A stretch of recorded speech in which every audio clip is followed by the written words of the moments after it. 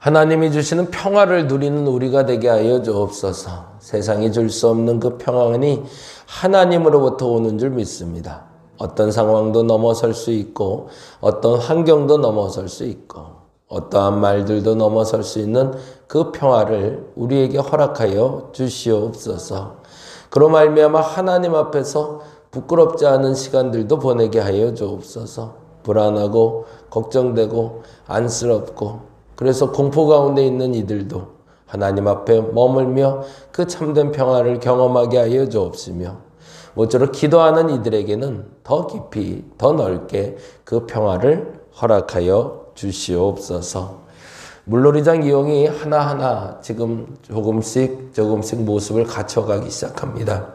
오늘 이용할 사람에게도 주께서 함께 하시사 주의 복음도 만나지게 하여 주옵시고 이 시설을 이용하며 참 좋은 추억이 남게 하여 주시사 그로 말미암아 주의 복음이 그리고 주의 마음이 전달되게 하여 주시옵소서. 이 모든 일을 위해서 수고하고 애쓰는 이들도 기억하여 주시고 그들의 섬김에 주께서 기뻐하여 주시옵소서. 감사합니다. 고마우신 예수님 이름으로 기도드렸습니다. 아멘, 아멘. 오늘은 30장 말씀 볼까요? 역대하 30장 23절에서 27절까지만 보겠습니다. 역대하 30장 23절에서 27절까지. 어저께 물놀이 잘 하고 갔고요. 어저께 죽전에서 오셨는데 그 아이 하나 데리고 오셨더라고요. 부모가 와서 아주 재밌게 잘 놀다 갔고 오늘 오시는 분은 오늘하고 다음 주 토요일 2번 예약하신 분이거든요. 그래서 아이들 3명 데리고 오는 것 같아요. 지금 예약은 그런데 일단 즐겁게 잘 어울리고 갈 수 있도록 여러분 기도해 주시고요. 올 때 제가 먼저 등록 받으면서 이제 저희 도서관하고 교회 잠깐 소개하고요. 그리고 예전에 저희가 준비할 때 쓰레기 봉지 교회 이름 해서 전도지 준비한 거 있었거든요. 그래서 그거 항상 이렇게 드려서 쓰레기 정리할 수 있도록 해드리고 그렇게 하고 있습니다. 그러니까 좀 거꾸로 됐죠. 돈 받고 전도지 주는 이런 상황으로 좀 만들어가고 있는데 재밌네요. 그리고 어저께 오셨을 때 처음이니까 되게 낯설어 하시고 좀 당황해 하셨다가 시설 보고 한 2시간 잠깐 놀고 가셨는데 너무너무 좋다고 그리고 너무너무 감사하다고 이럴 때 어디 멀리 갈 수가 없었는데 너무 좋은 시간 보내고 간다고 고맙다는 얘기 연신 듣고 갔습니다. 그래서 그런 소문들이 계속 잘 퍼져나갈 수 있도록 여러분 기도해 주시고 지금도 계속 등록 요청이 오고 있는데 이제 잘 진행될 수 있도록. 근데 아마 8월 말에는 못할 것 같아요. 추워서. 그래서 이번 주까지가 아마 피크가 아닐까 싶은데 잘 진행될 수 있도록 무엇보다 안전 위해서 여러분 기도해 주시길 부탁드리겠습니다. 30장 23절에서 27절까지 같이 한번 읽어보겠습니다. 온 회중이 다시 7일을 지키기로 결의하고 또 7일을 즐겁게 지켰더라. 유다왕 히스기야가 숫송아지 1000마리와 양 7000마리를 회중에게 주었고 방백들은 숫송아지 1000마리와 양 10,000마리를 회중에게 주었으며 자신들을 성결하게 한 제사장들도 많았더라. 유다 온 회중과 제사장들과 레위 사람들과 이스라엘에서 온 모든 회중과 이스라엘 땅에서 나온 나그네들과 유다에 사는 나그네들이 다 즐거워하였으므로 예루살렘에 큰 기쁨이 있었으니 이스라엘 왕 다윗의 아들 솔로몬 때로부터 이러한 기쁨이 예루살렘에 없었더라. 그때 제사장들과 레위 사람들이 일어나서 백성을 위하여 축복하였으니 그 소리가 하늘에 들리고 그 기도가 여호와의 거룩한 처소 하늘에 이르렀더라. 아멘. 오늘은 28장부터 30장을 보는 날이고요. 28장은 아하스 왕에 대해서 이야기합니다. 아하스 왕. 아하스 왕 이야기를 하는데 이렇게 적어 놓으시면 좋을 것 같아요. 우상 숭배의 결과는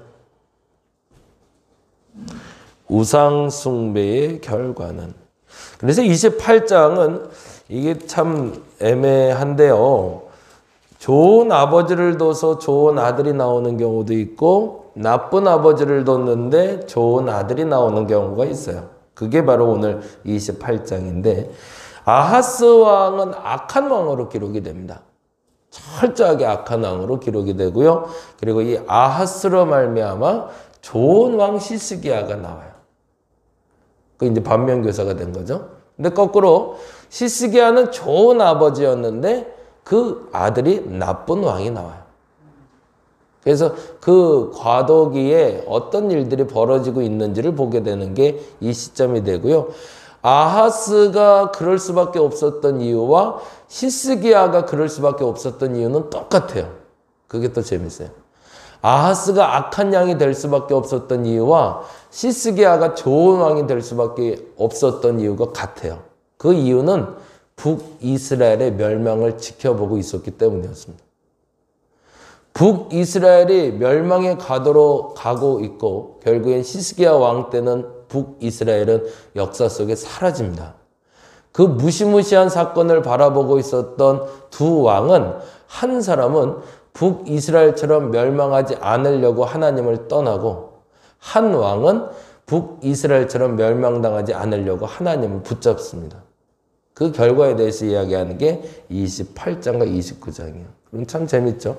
문제 해결의 열쇠를 사람들마다 각자 갖고 있는데 그 열쇠를 잘못 잡으면 결국에는 빠져나가지 못하고 그런 거 있잖아요. 집안에 화마가 막 들이닥쳤는데 열쇠를 찾는 거죠. 막 급하게 열쇠를 찾는데 열쇠가 없어요. 빠져나갈 열쇠가. 근데 열쇠 2개가 문 앞에 있는 거죠. 근데 어떤 사람은 딱 열었더니 문이 열려서 빠져나가는 사람이 있고 어떤 사람은 그 열쇠를 돌리는데도 열리지 않아 결국에는 사망하게 되는 그 경우가 아하스의 경우가 됩니다. 2가지의 열쇠가 있었는데 그 열쇠 중에 잘못된 열쇠를 붙잡은 사람. 그 얘기를 이렇게 하려고 하는데요. 우상숭배의 결과는 한번 보겠습니다. 28장 1절부터 이렇게 기록됩니다. 읽어볼까요? 아하스가 왕위에 오를 때의 나이가 20세라 예루살렘에서 16년 동안 다스렸으나 그의 조상 다윗과 같이 아니하여 거기다 줄을 쳐놓죠. 다윗과 같이 아니하여. 그게 이제 상반된 표현이 되겠죠. 그래서 그가 한 일이 뭔지를 보겠습니다. 여호와 보시기에 정직하게 행하지 아니했고, 그렇죠? 그건 너무 당연한 거겠죠. 다윗과 반대되는 거니까. 그리고 2절에 이스라엘 왕들의 길로 행하여 바알들의 우상을 부어 만들고, 거기 뭐라고 돼 있죠? 바알들의 우상을 부어 만든 이유는 이스라엘 왕들의 길로 행했다는 거죠. 망해가는 이스라엘을 본받은 자였던 거죠. 그게 살 길이라고 생각했던 거예요. 왜 그랬을지는 나중에 한번 설명을 할게요. 그리고 3절에 이렇게 합니다. 또 신놈의 아들 골짜기에서 분향하고 여호와께서 이스라엘 자손 앞에 쫓아내신 이방 사람들의 가증한 일을 본받아 그의 자녀들을 불사르고 또 산당과 작은 산이와 모든 푸른 나무 아래에서 제사를 드리며 분향하니라 라고 되어 있어요. 그게 아하스 왕의 가장 큰 죄였던 겁니다. 풍전등화와 같은 이스라엘을 바라보며 살 길을 찾았는데 잘못된 열쇠를 붙잡은 거죠. 하나님을 붙잡지 않고 우상들을 붙잡아요. 이유는 이때가 우리나라의 그 고종 황제 이후 그 느낌으로 보시면 돼요.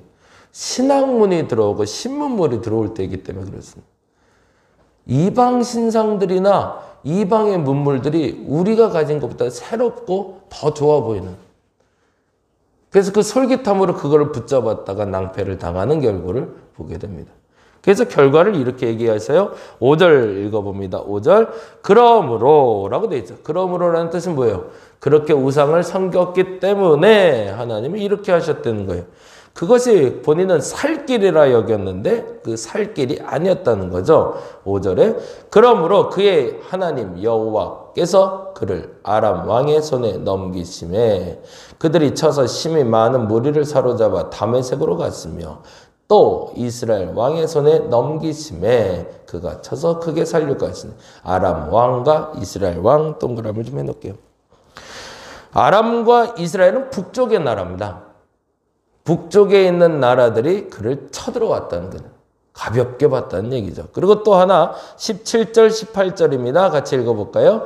이는 에돔 사람들이 다시 와서 유다를 치고 그의 백성을 사로잡았음이며 18절 블레셋 사람들도 유다의 평지와 남방 성읍을 침노하여 베스메스와 야알론과 쭉 나오고 있습니다. 거기에 에돔 사람들, 블레셋 사람들을 동그라미를 해놓을게요. 동쪽과 남쪽에 있는 이방인들이 쳐들어왔다는 얘기예요. 그럼 뭐예요? 동서남북에서 모든 길이 열려버린 거죠. 공격방할 수밖에 없도록. 그들이 아하스가 하나님을 섬기지 아니하고 우상을 섬김으로 말미암아 이스라엘, 더 정확히는 남유다에 전쟁을 가져오게 되었다는 얘기입니다. 이 말을 비교하는 이유가 뭐냐면 전쟁과 반대되는 말이 뭘까요? 평화죠. 그러면 우상을 섬기는 사람이 가져온 게 전쟁이라면 하나님을 섬기는 자가 갖고 오는 건 뭐여야 되는 거죠? 평화여야 되는 거죠.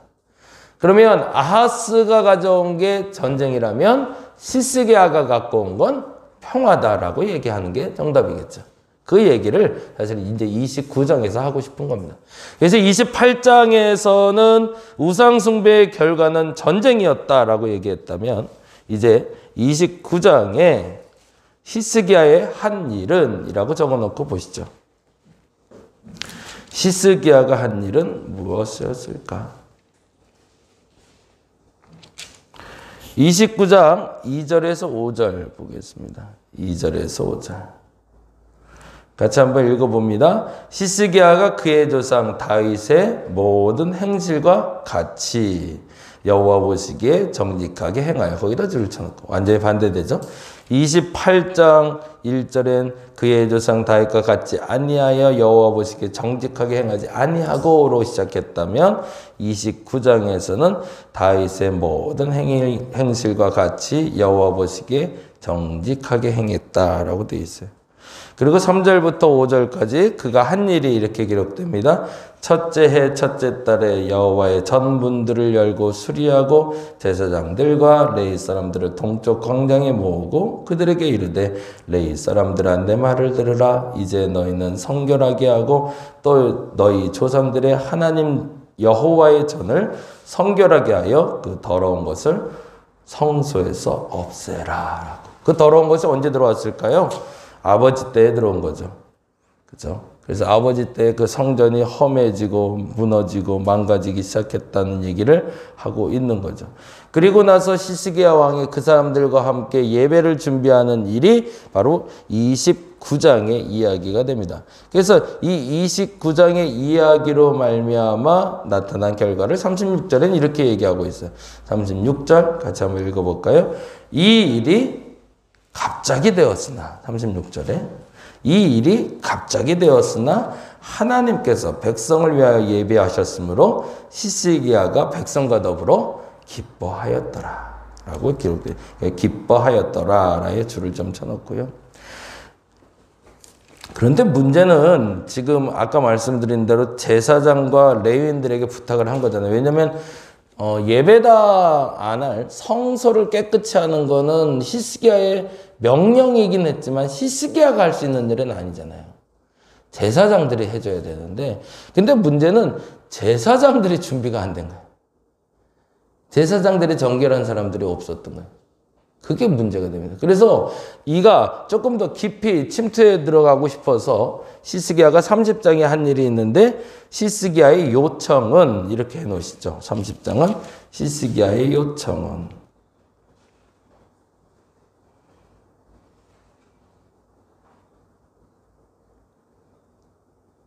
조금 더 깊이 시스기야는 하나님을 만나고 이스라엘의 회복을 꿈꾸기 위해서 그 평화가 찾아오게 하기 위해서 시스기야가 노력한 것은 제사장들로 말미암아 그동안 타락했던 성전을 고치는 일이었는데 단지 수리하는 건 되었어도 예배를 드리기에는 그들의 정결이 해결되지 않았던 거예요. 그래서 문제가 됐는데 10절에서 12절에 이런 일도 있었습니다. 10절, 12절 같이 한번 볼까요?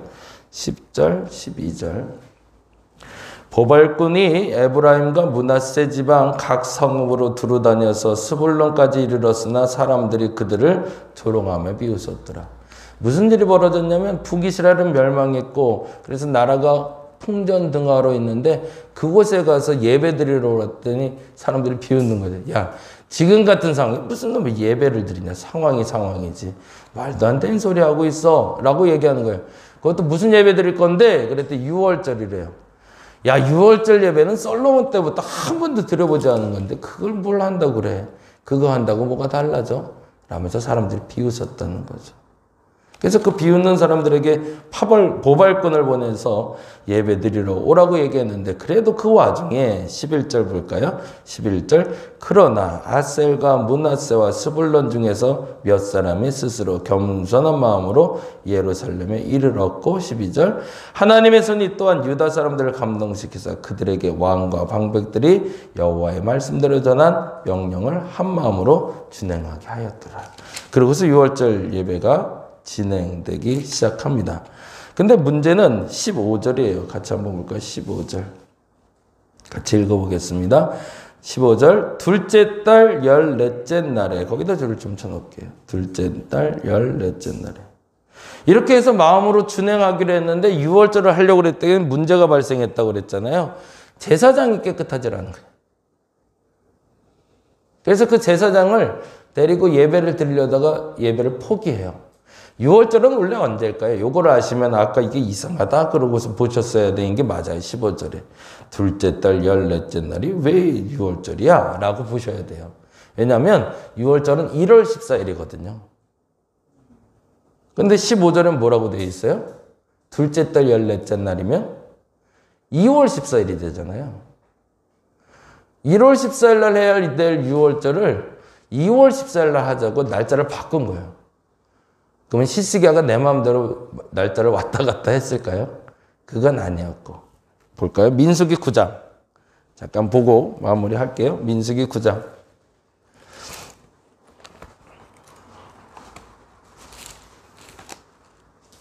민수기 9장 9절에서 10절. 구약성경 210페이지가 되어 있습니다. 9절에서 10절 모세의 명령입니다. 이렇게 기록됐네요. 여호와께서 모세에게 말씀하여 이르시되 뭐라고 되어 있죠? 이스라엘 자손에게 말하여 이르라 너희나 너희 후손 중에 시체로 말미암아 부정하게 되든지 먼 여행 중에 있다 할지라도 다 여호와 앞에 마땅히 유월절을 지키되 라고 되어 있죠. 그 다음에 뭐라고 되어 있죠? 둘째 달 14째 날 해질 때에 그것을 지켜서 어린 양의 무교병과 쓴나물을 아울러 먹을 거예요. 그래서 둘째 달 14째 날이 나오죠. 그건 뭘까요? 히스기야 입장에서 정결하게 되지 않은 사람들, 그들에 대해서 준비되지 않은 예배를 드리는 것보다 오히려 한 달을 늦춰서 사람의 마음을 준비하고 참된 예배를 드렸던 거죠.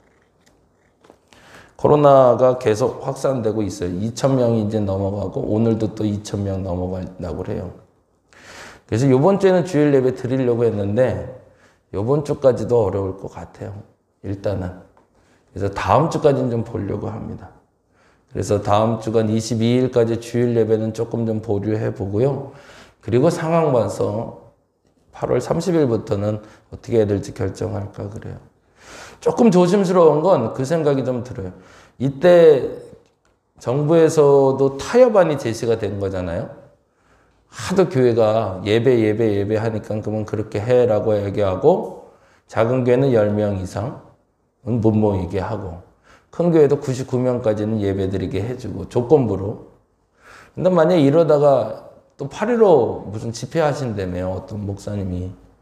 그래서 이게 또 이제 혹여라도 교회가 또 화살을 맞는 또 경우가 된다면 요번 주 예배를 드리다가도 오히려 더 문매를 맞을 수 있는 상황이 될 것 같아요. 요번 주까지는 좀 지켜봤으면 좋겠어요. 8.15 광복절에 시가 행진을 하면서 가두시를 하신다고 그러시는데 조금 조심스럽습니다. 그래서 이때 동일한 교회가 아니라 구별된 교회임을 오히려 보일 수 있는 계기가 좀 됐으면 좋겠고요. 오늘 말씀처럼 하나님은 꼭 1월 14일 날 드리는 유월절만 받을 거야 라고 말하지 않으셨다는 거예요. 너희들이 준비가 안 됐으면 한 달 늦게 해도 돼. 그게 하나님 명령이에요. 저와 여러분에게 그 믿음이 생겼으면 좋겠습니다. 요번 주에 예배 안 드리면 그 다음엔 나는 하나님의 부름 받을 수도 있어. 그래서 이 땅에 사는 동안 요번 주 예배는 꼭 드려야 돼. 그거는 사명감으로 드리신다면 그거야 막을 수 없죠. 뭐 그 믿음까지야 막을 수는 없겠지만 근데 더 좋은 곳에 가는 거니까 그런 경우라고 할지라도 하늘나라 가는 거니까 우리가 주어진 시간에 예배하는 것도 중요하지만 마음의 준비가 되지 않은 온전한 예배는 하나님이 기뻐받지 않으신다는 것을 믿고 준비할 수 있는 저희 여러분 되시기 바랍니다. 그래서 지금 이 상황들을 잘 이겨낸 후에 정말 기쁨으로 드리는 6월절 예배와 같은 예배를 드려서 다음과 같은 결과가 나타나길 원합니다. 두 가지인데요. 빨리 읽고 마무리할게요. 20절 같이 읽어봅니다. 30장 20절 역대하 30장 20절 만일에 시스기야가 그럼에도 불구하고 왕의 말인데 아이씨 어떻게 어겨 그냥 억지라도 해 라고 1월 14일 날 했으면 이 일이 안 나왔을 거예요. 사람들의 비웃음대로 역시나 손가락질 당했을 겁니다. 그런데 한 달을 미루어서 드렸던 이 6월절 예배에 대해서 하나님은 이렇게 반응해 주셨대요. 30장 20절 읽어볼까요? 여호와께서 히스기야의 기도를 들으시고 백성을 고치셨더라. 아멘. 이게 첫 번째예요. 백성을 고치셨더라라는 이 고치셨더라는 병을 고친 얘기도 있지만 심령을 고쳤다라는 뜻입니다. 그 예배를 통해서 백성들의 마음이 고쳐졌다는 거예요. 백성들의 중심의 상한 마음이 이건 역대하 7장 14절 말씀 그대로 현실이 된 거죠. 그래서 그 예배를 통해서 백성들의 마음이 우리가 한 달 늦게 예배했지만 야 이게 맞네 라고 하며 그 마음에 평안이 찾아왔다는 얘기입니다. 그러고 나서 다음과 같이 이야기합니다. 6절 7절 읽어봅니다. 예루살렘에 큰 기쁨이 있었으니 예루살렘 왕 다윗의 아들 솔로몬 때로부터 이러한 기쁨이 예루살렘에 없었더라. 뭐죠? 기쁨이 회복된 거죠. 한 달 늦은 예배가. 그날 예배가 아니라 한 달 늦은 예배가 백성의 마음도 고쳤고 큰 기쁨이 있는데 과거에 그 기쁨이 회복됐대요. 그리고 이렇게까지 얘기합니다. 27절 같이 읽어봅니다. 그때 제사장들과 레위 사람들이 일어나서 백성을 위하여 축복하였으니 이게 가능하게 만들어졌다는 거죠. 제사장과 레위인들이 준비가 안 됐으니 이들이 축복해봐야 사람들이 손가락질 하는데 그 한 달 동안 이들이 준비가 돼서 준비된 제사장과 레위인들이 축복하였더니 백성들이 그 축복을 받을 수 있는 자격과 축복을 줄 수 있는 자격이 부여됐다는 거죠. 그러자 이런 일이 벌어졌대요. 그 소리가 뭐래요? 하늘에 들리고 그 기도가 여호와의 거룩한 처소 하늘에 이르렀더라. 아멘. 저와 여러분의 예배가 이렇게 다시 시작되기를 바랍니다. 시간이 조금 좀 늦춰지고 있지만 늦춰지는 이 시간을 여러분이 오히려 마음을 준비하는 시간으로 가지시고 참된 예배를 위한 과도기로 하셔서 그날의 예배를 통해서 하나님이 축복하시고 그 소리가 하늘에 들리고 여호와의 거룩한 처소가 하늘에 이르게 할 수 있는 저와 여러분 되시기를 간절히 바랍니다. 기도하겠습니다. 점점 더 어려워지는 것 같고 점점 더 힘들어지는 것 같은 이 시기에 우리의 예배가 늦춰져 가고 있습니다. 시간이 지연되며 이러다가 정말 주일 예배 아예 못 드리는 거 아니야? 라고 생각할 수도 있습니다. 그러나 시스기야가 말한 것처럼 시스기야가 경험한 것처럼 6월절을 한 달을 늦게 한들 상관없습니다. 준비되었다면 그 예배가 마음을 고치게 될 것이고 그 예배가 기도로 하늘을 열게 될 것이고 그 예배가 저 하늘에 상달될 줄로 믿습니다. 우리가 그 예배를 준비하게 하시고 그 예배를 드리게 하여 주시옵소서. 무엇보다 전 세계적으로 일어나고 있고 이 나라에서 일어나고 있는 코로나 확산세를 통해서 더 이상 심령이 상하고 마음이 상하는 자들 없게 하여 주옵시고 속히가 아니라 바르게 회복하셔서 우리가 그 바른 길을 갈 수 있는 계기가 되게 하여 주시옵소서. 감사합니다. 고마우신 예수님 이름으로 기도드렸습니다. 다 같이 기도하고 돌아가겠습니다.